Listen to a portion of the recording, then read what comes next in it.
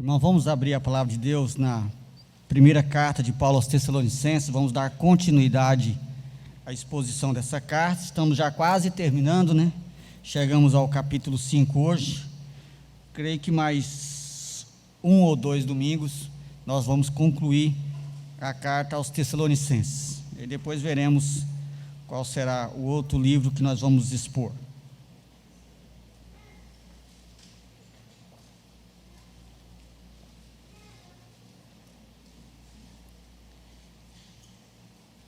Primeira carta de Paulo aos Tessalonicenses, capítulo 5, a exposição será do versículo 1 até o versículo 11, a exposição da palavra de Deus.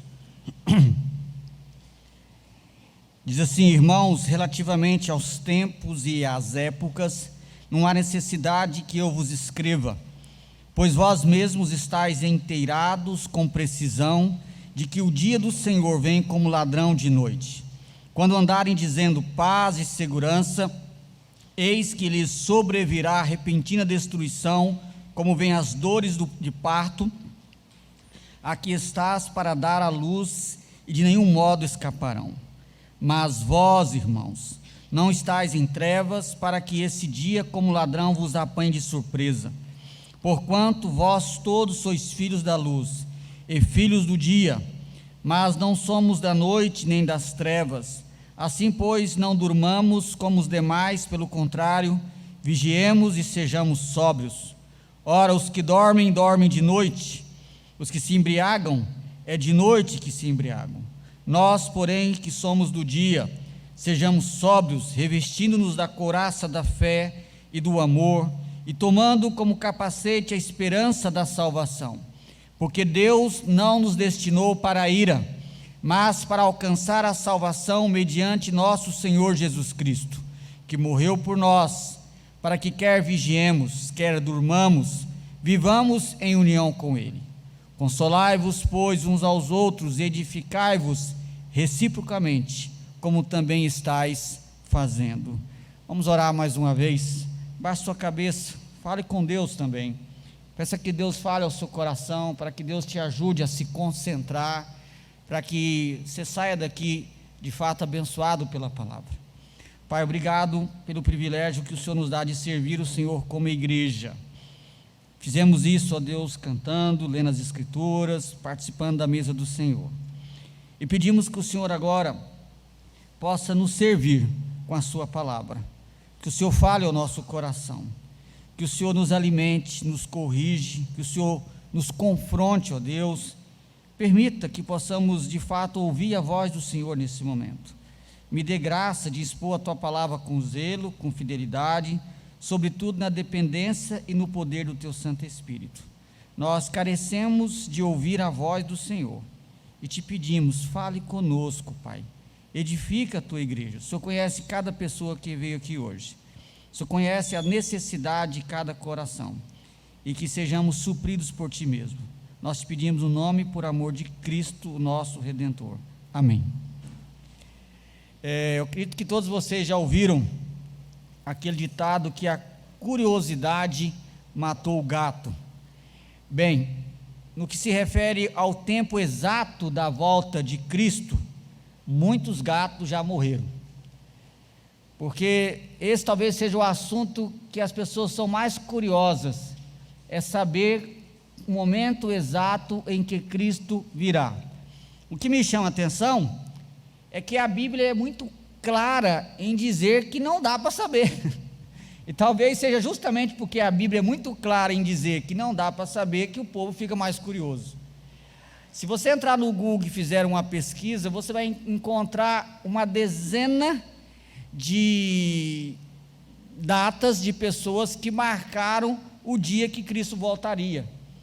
Então essa curiosidade acerca da volta de Cristo e também a ousadia em marcar data para a volta de Cristo, isso é coisa antiga, tão antiga quanto a igreja. Então desde o início da igreja, até poucos anos atrás, isso acontecia com muita naturalidade. Hoje de manhã eu falei sobre esse texto também para o grupo que vem de manhã, o grupo da terceira idade, e a dona Lébia me falou que ela lembrou na hora de quando ela era criança, que um grupo, acho que da igreja adventista, porque os adventistas foram um dos grupos que mais marcaram a data da volta de Cristo. Ela contou de um episódio da época dela aqui, em Rosário Oeste, que o povo marcou a data e Cristo não veio. No outro dia eles venderam tudo, ficaram numa situação complicada. O pai dela era comerciante. No outro dia o povo estava lá tentando conseguir um empréstimo. Então esse tipo de atitude, de curiosidade, de preocupação com a data da volta de Cristo, isso revela algumas coisas. Na verdade, toda a nossa preocupação, todo o nosso interesse sempre vai revelar alguma coisa dentro do nosso coração. Quando as pessoas se preocupam demasiadamente com a data da volta de Cristo e querem saber, é porque na verdade elas não têm certeza da salvação. Elas acham que se elas souberem a data, elas vão poder se preparar para encontrar-se com o Senhor. E eu penso que Deus já diz que ninguém vai saber, porque você tem que estar pronto a todo o tempo. Na verdade, o crente tem que estar com a mala pronta. Quando o Senhor chamar, é só embarcar. E um outro erro que muitas vezes as pessoas cometem, talvez até por falta de reflexão, uma reflexão simples.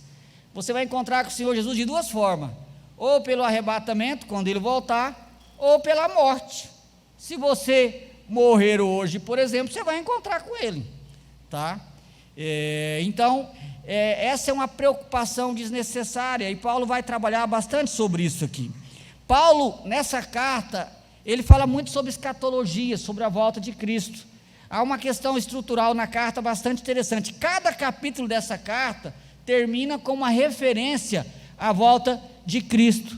E o capítulo 4, a partir do versículo 13, e ele vai começar no versículo 13 do capítulo 4 e vai até o versículo 11 do capítulo 5, tratando de assuntos relacionados à volta de Cristo.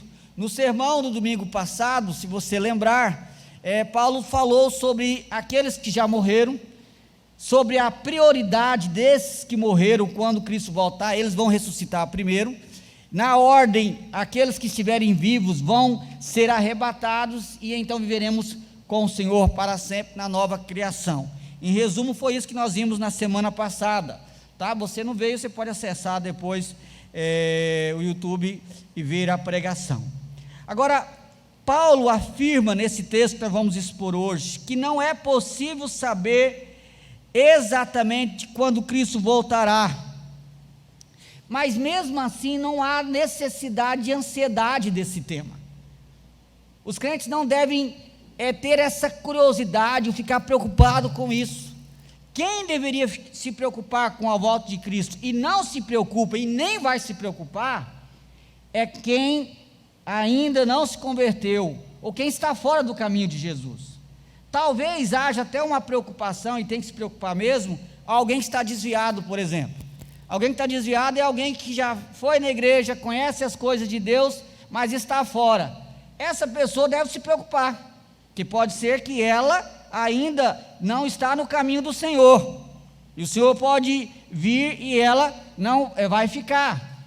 Ou alguém que está na igreja, ele está aqui dentro, mas ele se sente fora, ou seja, ele ainda não se converteu, é um religioso. Esse também tem que se preocupar, porque se o Senhor Jesus vier, ele não vai com o Senhor.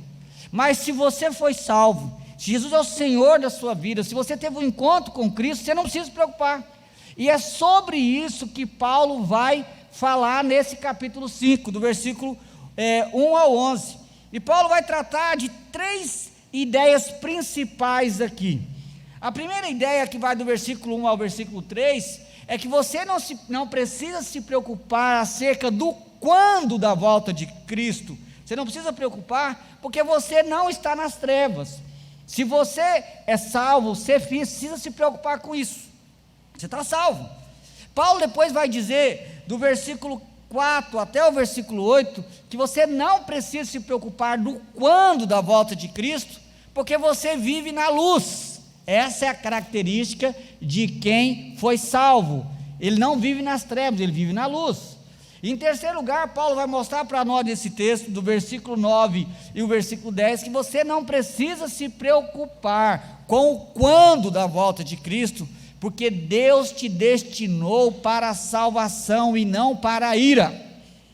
Então, preste bastante atenção, e eu espero que você saia daqui com paz no seu coração e com o desejo de que Cristo volte logo, que a sua oração seja: Maranata, vem Senhor Jesus. Mas por outro lado, se você que está aqui nessa noite e ainda não teve um encontro com Jesus Cristo, não se rendeu ao Redentor, eu espero que até o final dessa mensagem você possa reavaliar a sua vida, e quem sabe hoje ser um dia de salvação para você. Se você também que está aqui hoje, mas que talvez está distante de Deus, foi criado na igreja, foi acostumado desde pequeno a ouvir o Evangelho, mas está longe do Senhor, quem sabe hoje é o dia de você retornar para Jesus também, porque há aqui uma advertência, há uma palavra de esperança para quem é salvo e uma palavra de advertência para quem está longe do caminho do Senhor. Então vamos por parte. Primeiro, do versículo 1 ao 3, veremos que o salvo não precisa se preocupar com o quando da volta de Cristo, porque ele não está nas trevas. O texto começa assim: irmãos, relativamente aos tempos e épocas, não há necessidade de que eu vos escreva, pois estáis inteirados, pois vós mesmos estáis inteirados com precisão de que o dia do Senhor vem como ladrão de noite. Então Paulo inicia esse parágrafo dizendo que falar sobre tempos e época é desnecessário. Ele fala: não é necessário eu escrever nada sobre isso. Certamente Paulo está aqui respondendo a algumas indagações que a igreja fez por meio de Timóteo, que levou ao conhecimento de Paulo como estava a situação daquela igreja. E Paulo diz: olha, eu não preciso escrever sobre esse assunto por dois motivos. Primeiro, que eu já falei sobre isso com vocês. Observe o que ele diz no texto, versículo 2: pois vós mesmos estáis inteirados com precisão. Ou seja, eu já expliquei isso para vocês. E segunda coisa, eu não preciso falar isso para vocês, porque a vinda de Jesus vai ser como um ladrão. Ou seja, o ladrão marca a agenda para ir na sua casa? O ladrão te avisa com antecedência? É óbvio que não. Então Paulo está dizendo: olha, é um assunto que eu não tenho que falar nada. Então você nunca vai haver um simpósio na igreja sobre o dia da volta de Cristo, e se alguém fizer, foge, porque não é de Deus esse povo, porque esse é um assunto que a Bíblia não nos fala nada. E o que Paulo está falando aqui, chamando a atenção e de certa forma dizendo: olha, esse é um assunto que não deve ser tratado porque nós não temos revelação acerca disso. Ele está simplesmente dizendo o que Jesus já disse, tá? Jesus disse em Atos 1,7: não vos compete conhecer tempos ou épocas que o Pai reservou pela sua exclusiva autoridade. Então não vos compete. Também em Mateus 24:36, Jesus diz: mas a respeito daquele dia e hora, ninguém sabe, nem os anjos do céu, nem o Filho, senão o Pai. Jesus, enquanto homem, aqui na terra, ele declarou que nem ele, enquanto homem encarnado, naquele período de tempo que ele esteve aqui, nem ele sabia. Ou seja, esse é um assunto que está escondido dentro do desígnio do Pai, e que será revelado de forma repentina, e de uma forma gloriosa, no tempo pré-determinado. Observe, o dia existe, a hora está marcada, só não nos foi revelado, tá? Agora eu também fiquei pensando nisso durante os meus estudos, que há algumas denominações e alguns teólogos que eles gostam de traçar com detalhes minuciosos acontecimentos. Se você entrar na internet, você vai ver, tem até gráfico, tudo certinho assim, ó, acontecer isso, tudo certinho. E eu fico pensando, será que Deus quer isso? Primeiro que a Bíblia não deixa as coisas tudo certinho, ela deixa a gente com muita curiosidade, mas sabe o que revela isso? É aquele desejo humano de controlar o tempo, o desejo humano de controlar os acontecimentos, inclusive os acontecimentos finais. E isso é tão notório que nem há um entendimento entre as denominações sobre escatologia, por exemplo. Tá? Isso nem é muito claro. Por quê? Porque a Bíblia não deixa isso claro. E no que tange a volta de Cristo, isso não deve ser preocupação para nós. E Paulo agora passa a descrever os detalhes do porquê os salvos não devem se preocupar com a volta de Cristo, já que eles não estão nas trevas. Está claro no texto que o que Paulo passa a dizer aqui, ele já sabe, então Paulo só vai relembrá-los desse assunto. Então a primeira coisa que Paulo vai relembrá-los, que o dia do Senhor vem como um ladrão. Eu quero só te fazer pensar sobre a palavra primeiro, o dia do Senhor. Essa expressão, o dia do Senhor, é uma expressão tirada do Antigo Testamento. Se você é alguém que é acostumado a ler as Escrituras, você vai lembrar disso. Os profetas usavam essa expressão para se referir ao dia em que Deus traria julgamento sobre as nações, por exemplo.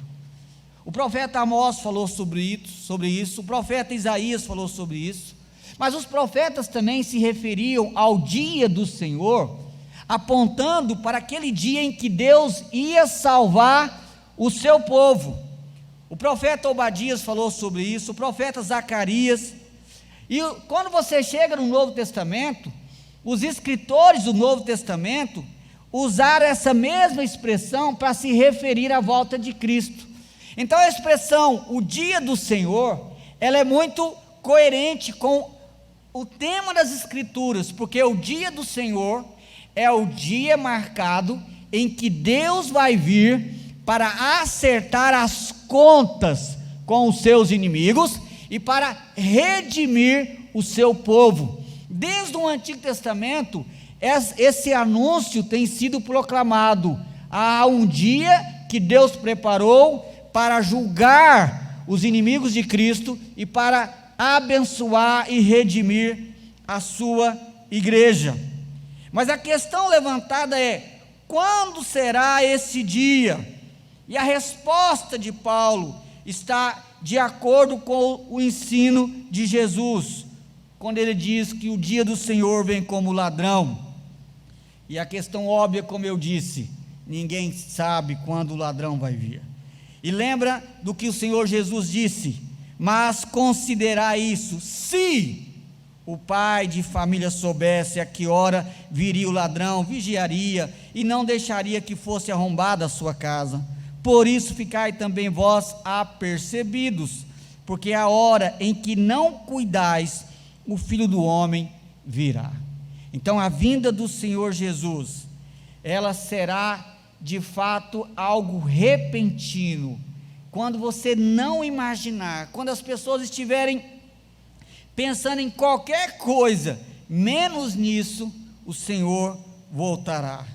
Agora, aqueles que foram salvos não precisam se preocupar com isso. Agora, aqueles que ainda não se renderam a Jesus Cristo, deveriam se preocupar. Porque vai ser um dia terrível. Você acha que quando um ladrão vai visitar alguém é um dia bacana? Mas essa imagem é porque vai ser a vinda de Cristo, para quem não é salvo, vai ser assustador. Será uma surpresa terrível, muito pior do que se um ladrão entrasse em sua casa enquanto toda a sua família está dormindo. A Bíblia diz que será um dia de horror, o dia que Cristo voltar para aqueles que não foram salvos. E a vinda de Cristo será em uma época de relativa paz no mundo. Olha para você ver na sua Bíblia aí, versículo 3, sempre acompanha com a Bíblia aberta. Ele diz: quando andarem dizendo paz e segurança, eis que lhes sobrevirá repentina destruição. Observe, nós não sabemos o dia, mas há uma indicação de como será aquele dia. Haverá no mundo uma relativa paz, pelo menos para aqueles que não servem a Cristo. Para a igreja de Cristo não vai ser uma época de paz, não, porque nessa época vai ser a época que o anticristo vai estar reinando no mundo. Mais um motivo porque que os crentes vão estar atentos com a volta de Cristo. Mas o ímpio vai estar em paz, porque o anticristo reina no mundo. Reinando o anticristo no mundo, imagina só, o único líder liderando o mundo inteiro. Então isso vai proporcionar um tempo de paz no mundo. Não vai haver guerra entre nações. Vai haver uma certa segurança. Então as pessoas vão sentir que é a melhor época que o mundo já teve.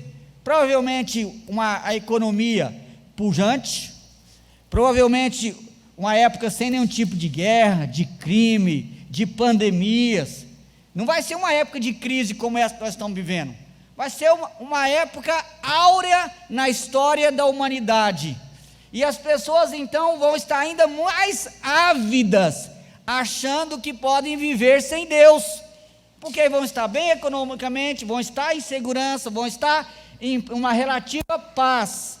Mas nessa época, para a igreja vai ser difícil, porque o povo de Deus vai estar sendo perseguido, o povo de Deus vai estar passando por bastante dificuldade. Mas o mundo, aqueles que rejeitam a Cristo, aqueles que não querem compromisso com o Senhor, vai ser também uma época de purificação na igreja também, porque só vai ficar firme com o Senhor quem de fato foi salvo, é salvo de verdade. E nesse momento em que as pessoas ignoram o Senhor, o presbítero Emerson leu na liturgia o texto de 2 Pedro. O que aquele texto diz? Olha que Pedro escreveu quantos mil anos atrás? E Pedro diz que as pessoas vão zombar e dizer: olha, desde quando eu sou criança, eu ouço falar esse negócio de Cristo vai voltar, e ele nunca veio. Vai ser esse o tipo de discurso.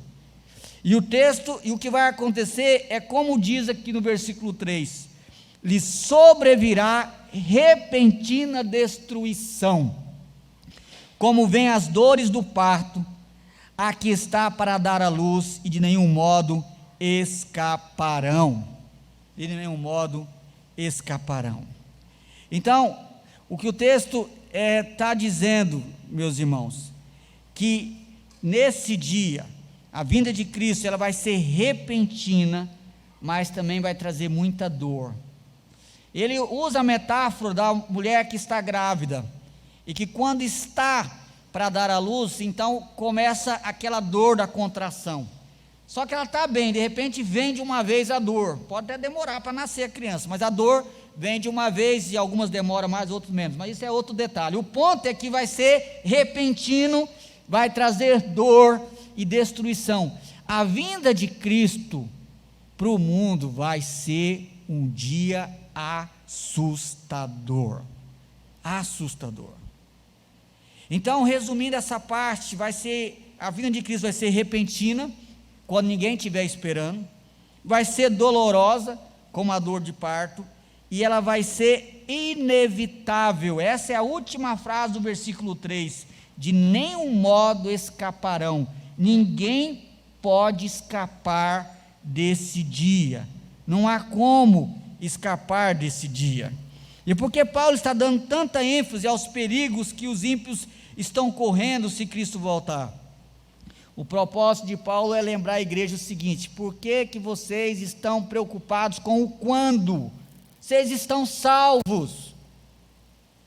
O perigo, quem corre perigo, quem está na situação complicada quando Cristo voltar, é quem não foi salvo. Porque quem não foi salvo vai sofrer, porque vai ser repentino, doloroso, e não tem como fugir. Não dá para fugir disso. E quando Cristo voltar, o que vai acontecer com os salvos? Diz a Bíblia que vão ser arrebatados. Ou seja, quando Cristo voltar, vai ser um dia de terror para os não salvos, mas aqueles que são salvos, eles vão ser arrebatados, como diz o capítulo 4, versículo 17. Em segundo lugar, meus irmãos, o salvo não precisa se preocupar com o quando da volta de Cristo, porque ele está na luz. Olha para você ver na sua Bíblia, versículo 4: mas vós, irmãos, não estáis em trevas, para que esse dia como ladrão vos apanhe de surpresa. porquanto vós todos sois filhos da luz e filhos do dia, nós não somos da noite nem das trevas. Esse mas que inicia o versículo 4, ele está contrastando com o que foi dito no versículo 3. O versículo 3 fala do sofrimento do ímpio, e agora ele chama a atenção da igreja: mas vocês são diferentes, vocês não estão nas trevas, para que esse dia, como ladrão, vos apanhe de surpresa. E observe que ele usa algumas palavras aqui de forma metafórica para ensinar uma lição. Ele fala: porquanto vós todos sois filhos da luz e filhos do dia, e não são filhos da noite nem das trevas. Qual que é o contraste aqui? O contraste é entre luz, dia e noite, luz e trevas. O povo de Deus é caracterizado como aqueles que são do dia, que são filhos da luz. O povo que rejeita Deus é descrito como os filhos das trevas, é o povo da noite. E ele usa essa linguagem porque ele está pensando ainda na ideia do ladrão que vem de forma repentina.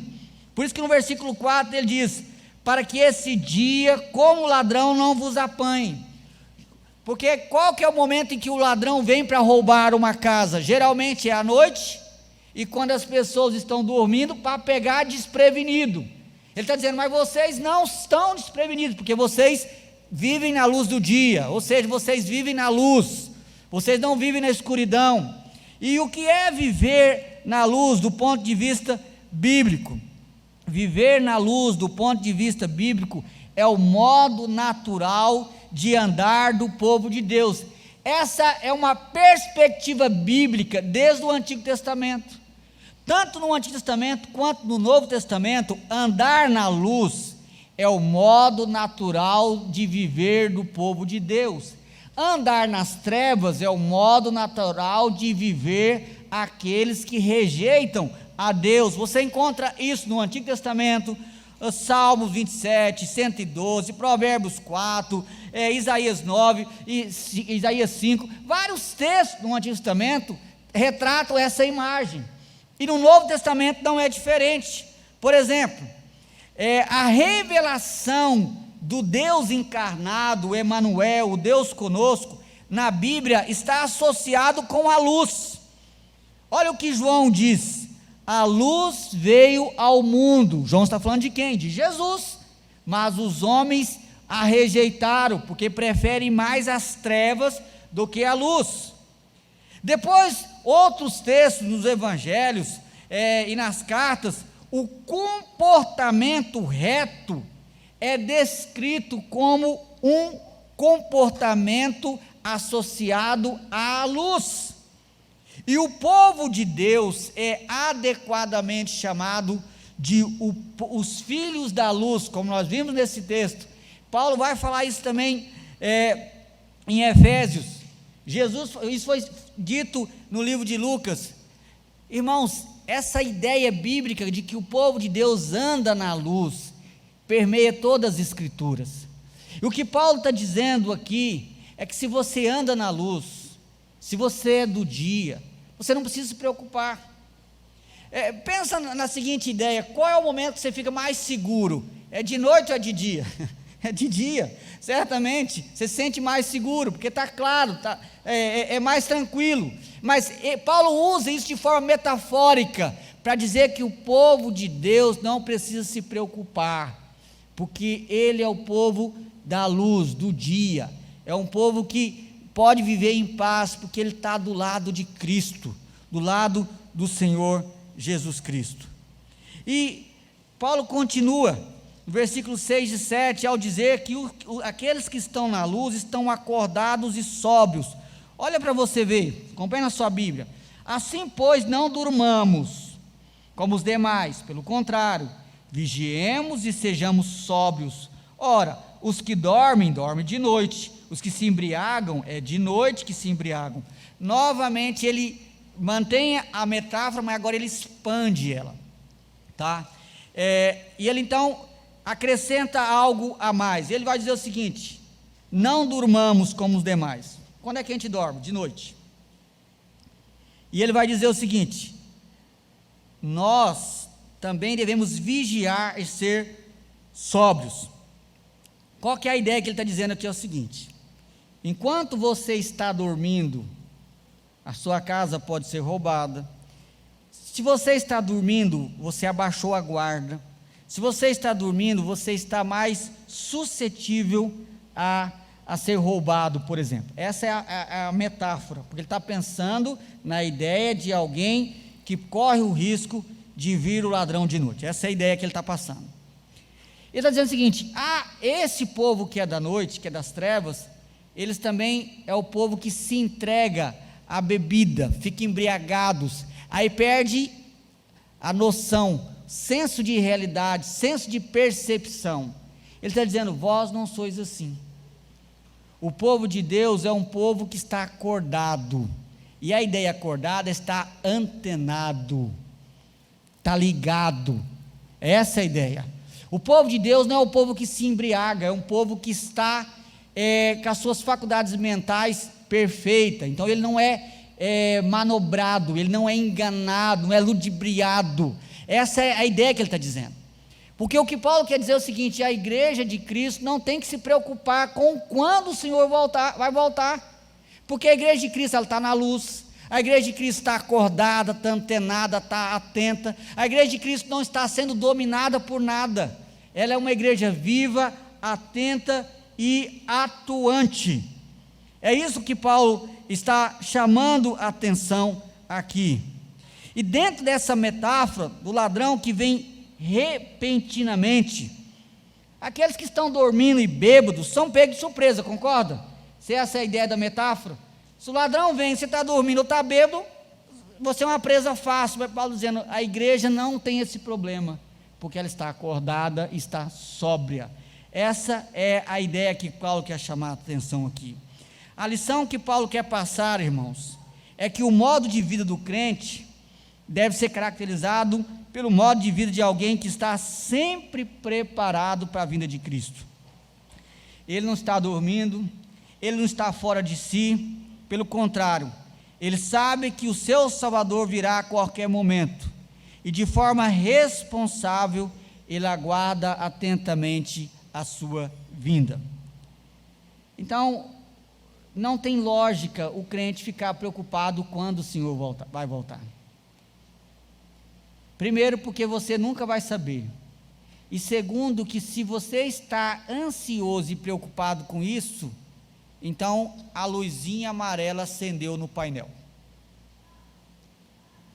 Se há no seu coração muita preocupação sobre o quando Jesus vai voltar, é porque talvez você não tenha certeza da sua salvação. Aí então você precisa reavaliar a sua vida. Você precisa ter certeza da sua salvação. É possível ter certeza da salvação. Tem algumas igrejas que dizem que não é possível. Isso é totalmente antibíblico. A Bíblia diz que aqueles que estão em Cristo, eles não terão, eles têm a vida eterna. Quem crê em mim, ainda que morra, ele vai ser salvo. Ele tem a vida eterna. A vida eterna é um presente de Deus. E se você tem convicção de que Jesus é o Senhor da sua vida, você então é do grupo que anda na luz, é do grupo que anda de dia, é do grupo que está acordado, é do grupo que está sóbrio. Então você precisa temer. Isso quer dizer que se Jesus voltar daqui 5 minutos, você vai para o céu. Isso quer dizer que se Jesus voltar enquanto você estiver dormindo, você vai para o céu. Isso quer dizer que se Jesus voltar, mesmo que você tenha brigado com a sua esposa, você vai para o céu. Você acha que para você ir para o céu, você tem que estar 100%, porque se for, você não vai para o céu nunca. Às vezes nós temos uma perspectiva errada da coisa. Ou você é salvo, ou você não é salvo, esse é o ponto. Ou você é da luz, ou você é das trevas. Se o povo de Deus pecar, Deus vai discipliná-lo, vai puxar a sua orelha, mas não vai rejeitá-lo. Se você é um crente verdadeiro e está meio relaxado, fique esperto que a disciplina do Senhor pode vir sobre a sua vida, mas Deus não vai te rejeitar, Deus não vai te jogar para fora, então você não precisa temer. Se no dia do arrebatamento da igreja, você for um salvo que está meio assim, você vai para o céu, porque é por causa de Cristo. Agora, se você não for salvo, você pode ser um religioso, que você está enrolado. Aí, meu amigo, fique esperto, está enrolado. Agora, o salvo, ele tem características. Como é que a gente sabe que alguém é salvo? A Bíblia resume isso em 3 questões apenas, e é suficiente para resumir a marca de um salvo. Você não é salvo porque você está aqui hoje, você não é salvo porque você tomou Santa Ceia, espero que seja, mas você não é salvo porque você tomou Santa Ceia, você não é salvo porque você é membro da igreja presbiteriana, você não é salvo porque você tem uma Bíblia em casa, você não é salvo porque de vez em quando você lê a Bíblia, você não é salvo porque de vez em quando você ora. Você só é salvo se você tiver entregado a sua vida a Jesus e Deus tiver feito uma obra de regeneração no seu coração, e isso então vai fazer com que algumas coisas comecem a acontecer. Isso não quer dizer que essas coisas estão abundantes na sua vida, o desejo é que sim, mas essas coisas têm que estar presentes. Vamos caminhando no texto e você vai ver que coisas são essas, porque Paulo continua na sua metáfora. Paulo gosta de usar metáforas. Versículo 8, Paulo vai dizer que aqueles que estão na luz são como soldados de plantão. Versículo 8, nós porém que somos do dia, sejamos sóbrios, revestindo-nos da couraça da fé e do amor, e tomando como capacete a esperança da salvação. Presta atenção a alguns detalhes nesse texto. Paulo agora, ele vai usar uma outra metáfora, do soldado. Paulo gosta muito de usar a metáfora do soldado. Talvez o que você mais vai lembrar, ficar mais nítido na sua cabeça, é aquele texto de Efésios capítulo 6, quando Paulo fala que nossa luta não é contra a carne, nem sangue, mas contra os principados e potestades, dominadores desse mundo tenebroso, e ele pega e diz, revesti-vos, pois, com toda a armadura de Deus. E se você lembrar do texto, lá Paulo usa toda a armadura de um soldado para exemplificar a forma como devemos nos comportar na luta espiritual. Aí ele fala do capacete, da couraça da justiça, da sandália, do escudo, da espada, é completo. Agora aqui, Paulo se limita só a 2 aparatos do soldado, só a 2. Ele fala da couraça, que é a roupa do soldado, que ele coloca aqui no corpo, e o capacete. E ele se resume só a esses 2. Eu imagino que o foco de Paulo aqui é o seguinte, que o cristão ele precisa se revestir daquilo que o protege, porque a espada é para atacar, a couraça que o soldado usava, e por isso que os soldados naquela época usavam roupas diferentes dos nossos, os nossos hoje usam pano, porque não tem couraça que segura bala, mas naquela época era espada. Então as couraças eram feitas com material que, se viesse com a espada, não atingiria. Por isso que o soldado naquela época tinha que ser bom de espada, porque ele tinha que pegar no lugar certo, tá? Bater a espada em qualquer lugar dificilmente mataria alguém, porque a roupa protegeria, tinha esse propósito de proteger. O capacete é a mesma coisa, não era só um enfeite, ou para identificar. Por isso aquele texto lá do Golias é interessante, porque Golias, quando Davi manda a pedrinha, a pedra vai bem no lugar certinho aqui.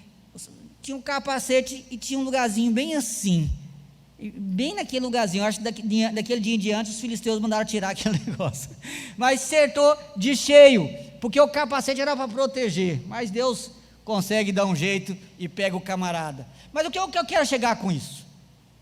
É que Paulo está dizendo que quando você for atacado, enquanto você espera a volta de Cristo, nós vamos sofrer bastante ataque.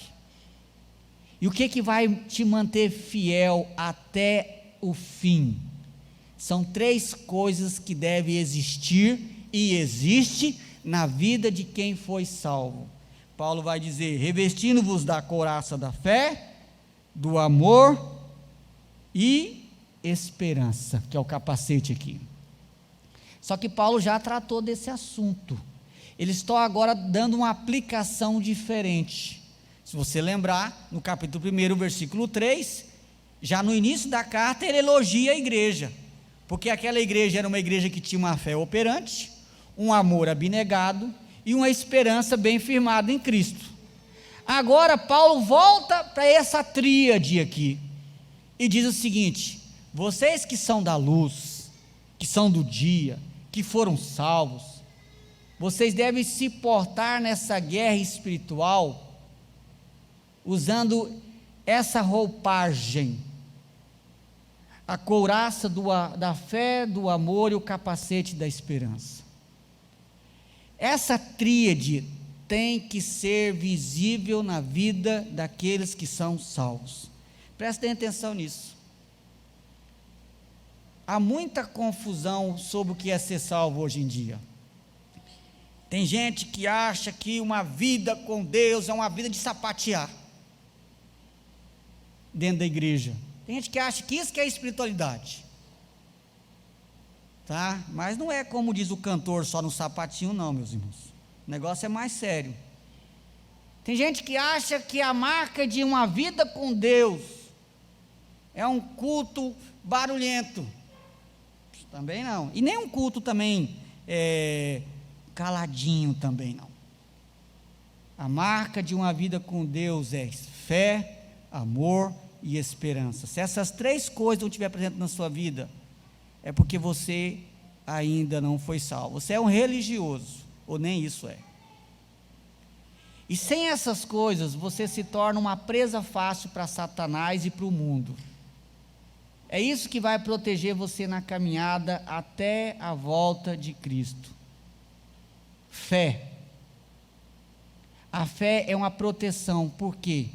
Primeiro, como é que alguém é salvo? Pela fé. Pela graça sois salvos mediante a fé. A Bíblia diz que sem fé é impossível agradar a Deus. Aquele que se aproxima de Deus deve crer que Ele existe. Fé é essencial. Se você não crer em Deus, não crer que Jesus é o seu Salvador, se você não deposita a sua confiança em Cristo, então você não é salvo. Se você é alguém que confia na sua igreja para ser salvo, se você é alguém que confia nas suas boas obras para ser salvo, se você é alguém que confia nas suas virtudes, porque você é alguém virtuoso para ser salvo, isso quer dizer que você ainda não foi salvo. Salvação é para aqueles que possuem a fé verdadeira, e a fé verdadeira, ela deposita a sua confiança tão somente na obra de Cristo. Segunda coisa, amor. O que a salvação faz na nossa vida é nos quebrantar para que sejamos menos egoístas. Ser egoísta é o natural desde o dia que você nasce. A maior demonstração de que o seu filho pequeno é pecador é o egoísmo. Quem é pai e mãe sabe disso. Manda ele dividir o brinquedo com um coleguinha para você ver. Amar, do ponto de vista bíblico, só é possível através da regeneração. Porque na Bíblia amar é para fora, nunca para dentro. É amar a Deus e amar o próximo. Agora, se você é alguém que está sempre preocupado com você, com você, com você e com você, então você é um forte candidato para ser alguém que nunca conheceu Jesus como seu Salvador. Nós somos chamados a amar a Deus acima de todas as coisas e o próximo. Irmãos, é uma mensagem maligna o que vocês têm ouvido por aí, que você precisa se amar. Presta atenção nisso que eu vou dizer para você, porque você vê isso nas novelas, você vê isso nas séries, você vê isso nos filmes, você vê isso nas reportagens, mas eu quero dizer para você que a Bíblia não diz isso. A Bíblia diz que você tem que amar a Deus e ao próximo.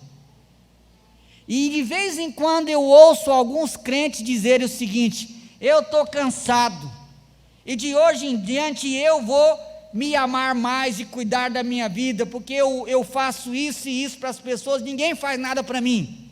Isso é uma mentira de Satanás, a não ser que você não seja crente. Como que um crente pode dizer isso?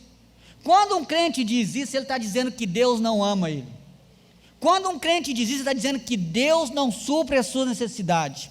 Quando um crente diz isso, ele está dizendo que Deus se esqueceu dele. Mesmo que as pessoas não te reconheçam, mesmo que as pessoas não façam o que você quer, a Bíblia diz que Deus nunca vai deixar de te amar. Então não se preocupe com isso. Amor não vai faltar, se você de fato é alguém que está disposto a amar a Deus e amar o próximo. É assim que você se protege. Você sabe que todas as besteiras que você fez essa semana, todos os pecados que você cometeu essa semana, sabe por que você cometeu eles? Todos. Você cometeu porque você quis amar mais a você do que a Deus e ao próximo.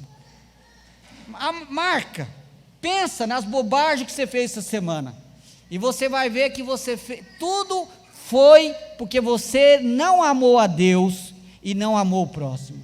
Você quis satisfazer o seu coração pecaminoso. Por isso que amar é marca de quem nasceu de novo. Esperança. Aqueles que foram salvos, eles têm esperança. Eles têm esperança que aquele que começou a boa obra vai terminar. Eles têm esperança de que um dia vão orar no céu. Eles têm esperança quando eles oram, porque Deus ouve as suas orações. Esperança é a marca de quem crê no Deus da Bíblia, no Deus do impossível, o Deus que pode fazer todas as coisas. E a vida do cristão tem que ser marcado por isso. Pastor, mas agora eu fiquei com o coração apertado, ou se você é baiano, aperreado, né? Fiquei agora angustiado, porque eu percebo que a minha fé não é assim, eu percebo que eu não amo desse jeito, e nem a minha esperança está assim. Duas coisas que eu quero dizer para você. O crente pode às vezes sentir que a sua fé está fraca, pode sentir que o seu amor está minguando e que a sua esperança não está tão viva. Isso pode acontecer com o crente. O que você precisa então é voltar ao primeiro amor, buscar mais a Deus, orar, se quebrantar, chorar diante de Deus, se arrepender dos seus pecados e voltar-se para o Senhor. E a segunda coisa é você precisa avaliar de fato se Jesus é o Senhor da sua vida. Mas o que Deus espera na vida daquele que crê é que fé, amor e esperança, mesmo que seja um nível menor, mas deve estar presente na vida daqueles que foram salvos. Terceiro lugar, Paulo vai nos ensinar, versículo 9 e 10, estamos indo para o final, que o salvo não precisa se preocupar com o quando da volta de Cristo, porque Ele, Cristo, não o destinou para a ira. Acompanhe na sua Bíblia, versículo 9 e 10, porque Deus não nos destinou para a ira, mas para alcançar a salvação mediante nosso Senhor Jesus Cristo, que morreu por nós para que, quer vigiemos, quer durmamos, vivamos em união com Ele. Paulo já nos ensinou nessa carta que a salvação faz duas coisas na vida de quem crê. Capítulo 1, versículo 9 e 10, Paulo diz que aqueles que foram salvos, eles se libertam da idolatria, e eles passam agora a guardar do céu Jesus Cristo, que nos livra da ira vindoura. Então, isso é uma coisa que acontece na vida de quem foi salvo. E com isso Paulo está dizendo que o salvo é alguém que ele vive nessa expectativa de que há algo maravilhoso para ele no futuro, porque Deus o liberta da ira vindoura. E há algumas coisas importantes que eu quero tratar com os irmãos aqui. Primeira coisa, o dia do Senhor, quando o Senhor voltar, será um dia de ira, mas não para o povo de Deus. Leia de novo o versículo 9 na sua Bíblia. Porque Deus não nos destinou para a ira, mas para alcançar a salvação mediante nosso Senhor Jesus Cristo. Ele não nos destinou para a ira, mas isso não quer dizer que não haverá ira nesse dia. Na verdade, por duas vezes, três com essa, Paulo fala sobre ira relacionado à volta de Jesus. Rapidamente, olha na sua Bíblia aí, capítulo 1, versículo 10, quando ele fala da posição daqueles que foram salvos, ele diz que aqueles que foram salvos estão aguardando do céu o seu Filho Jesus, a quem ele ressuscitou dentre os mortos, Jesus, que nos livra da ira vindoura. Então Paulo está dizendo que aqueles que foram salvos estão livres, por causa de Jesus, da ira vindoura. O que está claro no texto é que haverá uma ira, que há de se manifestar no fim, no dia do Senhor. No capítulo 2, Paulo falando dos inimigos da igreja, os judeus na época aqui que estavam perseguindo o cristianismo.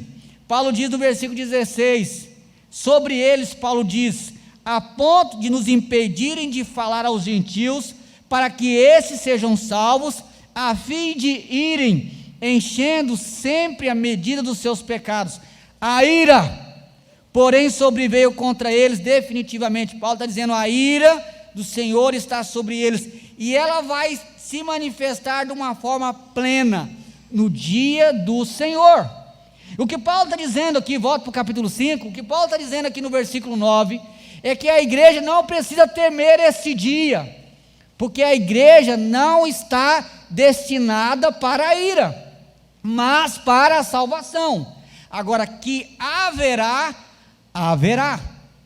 O dia do Senhor, no dia que Cristo voltar, será um dia em que Ele vai manifestar a sua ira. Apocalipse capítulo 6, se você quiser abrir, ou então só ouça, está aqui no meu esboço, versículo 15 ao 17, Paulo fala o seguinte, isso é um retrato de como será o dia do Senhor. Apocalipse 6, 15 a 17, os reis da terra, os grandes, os comandantes, os ricos, os poderosos, e todo escravo, e todo livre, se esconderam nas cavernas, e nos penhascos dos montes, e disseram aos montes e aos rochedos, caia sobre nós, escondei-nos da face daquele que se assenta no trono, e da ira do Cordeiro, porque chegou o grande dia da ira deles, e quem é que pode suster-se? Naquele dia, presidente, senador, judiciário, rico, pobre, culto e letrado, quando for o dia do acerto de contas, as pessoas vão querer morrer, se suicidar, e não vão conseguir. E o texto diz por quê? Porque chegou o dia da ira do Senhor. Isso é claro na Bíblia, aquele dia vai ter isso, mas Paulo está dizendo, vocês não precisam temer isso. O argumento de Paulo aqui não é para colocar medo, não, é para dizer, vocês não precisam temer isso, porque Deus não os destinou para a ira, Deus os destinou para alcançar a salvação mediante Jesus Cristo. Então, o dia do Senhor será um dia de celebração por causa de Cristo. O dia do Senhor será um dia de grande alegria e celebração, não temos que temer, pelo contrário, nós temos que orar e dizer, Maranata, vem Senhor Jesus. Você tem que orar e sonhar com esse dia, o dia que Deus vai voltar e vai nos livrar de toda dor, tristeza, angústia, sofrimento, preocupação, ansiedade. Para o povo de Deus vai ser o melhor dia de todos. E Paulo lista pelo menos 2 motivos pelos quais devemos nos concentrar mais no que Cristo fez por nós, do que no quando da volta de Cristo. Devemos nos alegrar, porque nós somos destinados para a salvação mediante Jesus. Presta atenção novamente no versículo 9. A Bíblia é muito rica, irmãos, tem muito detalhe. O texto diz que Deus não nos destinou para a ira, mas para alcançar a salvação. A palavra-chave aqui é destino. Destinar. Quando Deus destina alguém para alguma coisa, é porque o destino daquela pessoa está na mão de Deus. Isso é eleição, predestinação. O que Paulo está dizendo é que Deus escolheu eles para serem salvos. Quando no capítulo 1, no versículo 3, ele fala que aquela igreja possuía fé operante, amor abnegado e esperança, ele diz no versículo 4 o seguinte: reconhecendo, irmãos, de Deus a vossa eleição. Paulo diz à igreja em Tessalônica que aquela igreja possuía as características de um povo eleito e um povo escolhido. Para você reforçar, ampliar esse argumento de Paulo, vai para 2 Tessalonicenses, capítulo 2, olha na sua Bíblia aí, virou a página, 2 Tessalonicenses, capítulo 2, versículo 13 e versículo 14,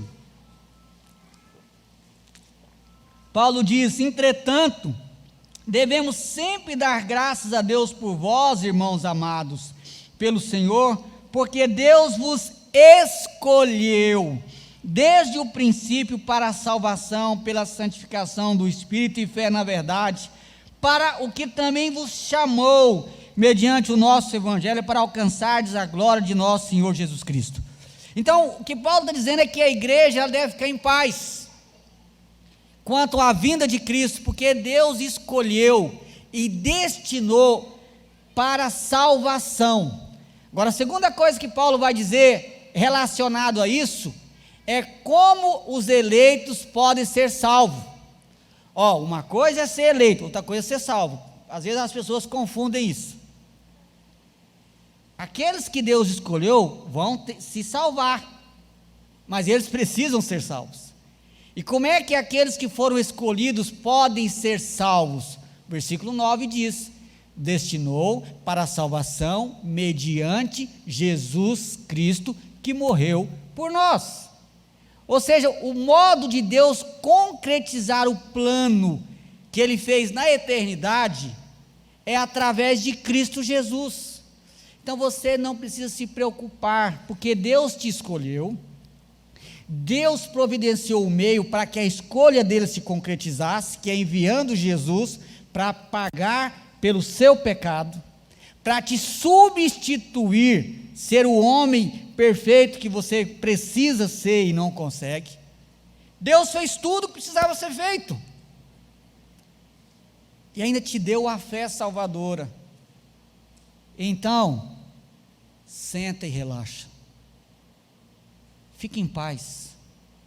Se você entregou a sua vida para Jesus, você pode dormir tranquilo essa noite, e dorme assim: se o Senhor me levar hoje, eu vou estar com o Senhor. Dorme tranquilo. Se você entregou a sua vida a Jesus, dorme tranquilo, que se Cristo vier de madrugada, você vai ser arrebatado mesmo dormindo. Agora, se você não entregou a vida para Jesus, não dorme tranquilo, não relaxe, não fique em paz, mas arrependa-se dos seus pecados e volta para Jesus. Clame a Cristo, entregue o seu coração a Jesus, entregue a sua vida a Jesus, para que você possa descansar na obra de Cristo e saber que você está seguro por causa de Cristo.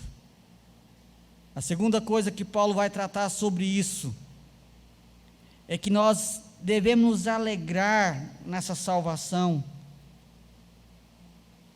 porque não interessa se você estiver vivo ou morto, você está com Cristo. Olha o versículo 10, capítulo 5, tá, irmãos? Versículo 10, ele fala de Jesus que morreu por nós, para que quer vigiemos ou durmamos, vivamos em união com Ele. A palavra dormir aqui se refere àqueles que morreram É a mesma ideia do capítulo 4, versículo 13, quando ele fala daqueles que dormem.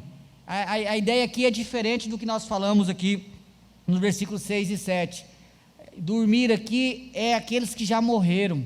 O que Paulo está dizendo é o seguinte, quer você esteja na atitude de vigia, está antenado, está acordado, ou quer você esteja dormindo, ou seja, já morreu, vivamos em união com Ele, ou seja, vamos estar em união com Cristo.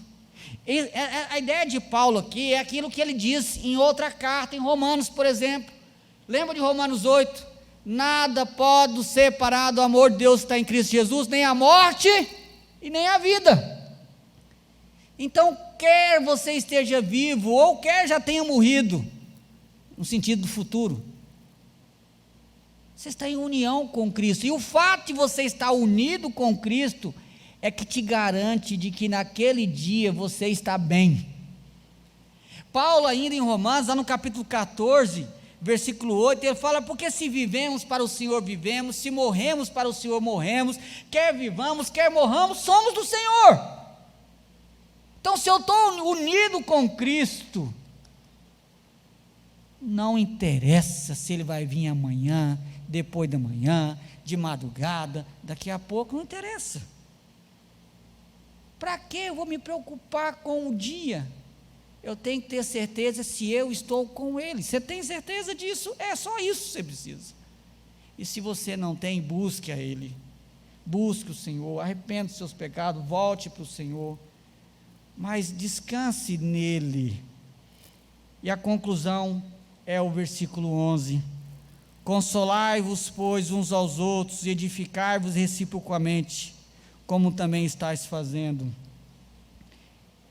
Irmãos, a minha conclusão é igual à conclusão de domingo passado, porque a conclusão do texto é a mesma, do 4:18. Nós precisamos nos consolar e nos edificar falando sobre isso. Consolai-vos uns aos outros, edificai-vos reciprocamente. Isso quer dizer que o crente, ele precisa conversar sobre essas coisas. Você sabe qual que é um grande problema na nossa geração? É que essas coisas não nos interessam. Muitas vezes nós nos reunimos para falar de futebol ou de política. E de política, então, nessa época agora, até mais do que futebol. Futebol perdeu para a política agora. Eu não estou dizendo que é errado falar sobre política, não. Pelo contrário, eu até acho que deve falar sim. Mas o que eu estou dizendo é que se nós falamos mais sobre futebol e mais sobre política, isso revela onde está o nosso coração. O que a Bíblia diz? Onde está o seu coração, aí está o seu tesouro. Se nós estamos interessados nas coisas de Deus, então a gente tem que se reunir para conversar sobre as coisas de Deus. Você tem que reunir com as pessoas e conversar sobre o sermão, conversar sobre como será a volta de Jesus. O como você pode, não pode é o quando. O como pode, porque a Bíblia tem muito a dizer sobre o como, mas o quando não. Mas você pode conversar sobre como será a volta de Jesus, como será o corpo glorioso que você vai ter no novo céu, na nova terra. O que será que a Bíblia quer dizer sobre vários assuntos? Mas você sabe por que a gente não conversa sobre a Bíblia? Porque não lê a Bíblia. E por que você tem muito assunto sobre futebol e muito assunto sobre política? É simples, porque você não perde o seu jogo de futebol toda semana. E você fica doidinho quando o seu time perde. Aí alguém tira sarro de você, manda um meme no zap, aí você já manda de volta. Essa é a sua dinâmica. Mas você não manda versículo de volta, você não manda aquele negócio que você ouviu interessante da Bíblia, você não manda um zap, diz, olha, cara, essa semana eu estava lendo um texto da minha devocional, e Deus falou um negócio bacana, eu queria compartilhar com você. Você não faz isso. Mas você fala, cara, olha o que fizeram com o Bolsonaro. E você fica doido.